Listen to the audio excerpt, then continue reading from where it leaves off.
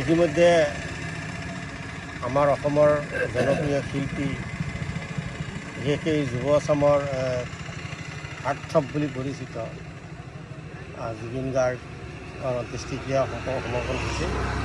আমি তেখেতৰ শ্ৰদ্ধাঞ্জলি হিচাপে ৰূপহী চামলী চৰাই আমি এটা কাৰ্যসূচী হাতত লৈছোঁ যে আমাৰ ৰূপহী অঞ্চলত গছপুলি ৰোপণ কৰিম আৰু সেই গছপুলি ৰোপণৰ কাৰ্যসূচী ইতিমধ্যে আমি আৰম্ভ কৰি দিছোঁ আবেলি 3 বজাৰ পৰা। গতিকে এই কাৰ্যসূচীটো আমি কেৱল আজিয়েই নহয়, আমি যোৱা 5 বছৰ কাৰ্যকাল ধৰি আমি চামলী চৰাই বৃক্ষৰোপণ কৰি আছোঁ। আমি জানো যে জুবিন এগৰাকী প্ৰকৃতিপ্ৰেমী আছিল।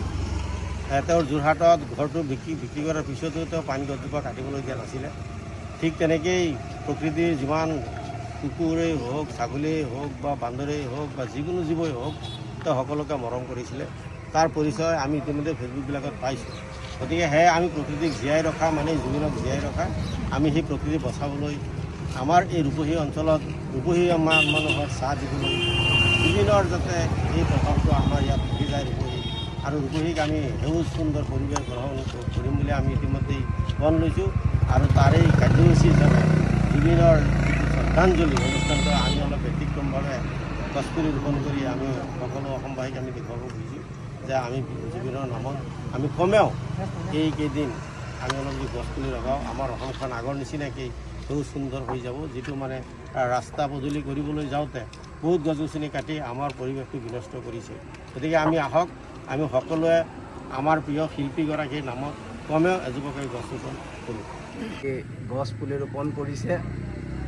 আপোনালোক সকলোৱে জানে যে জুবিন গাৰ্গে এটা কথা কৈছিলে, তেওঁ গছ গছনিও ভাল পায়, গছ লতা, এই গছ লতাবিলাকেও তেওঁক ভাল পায়। আৰু সেই সূত্ৰে আজি ৰূপহী চামলী চৰাই তেওঁৰ স্মৃতিত ৰূপহী অঞ্চলত যি গছ পুলি ৰোপণ কৰিছে।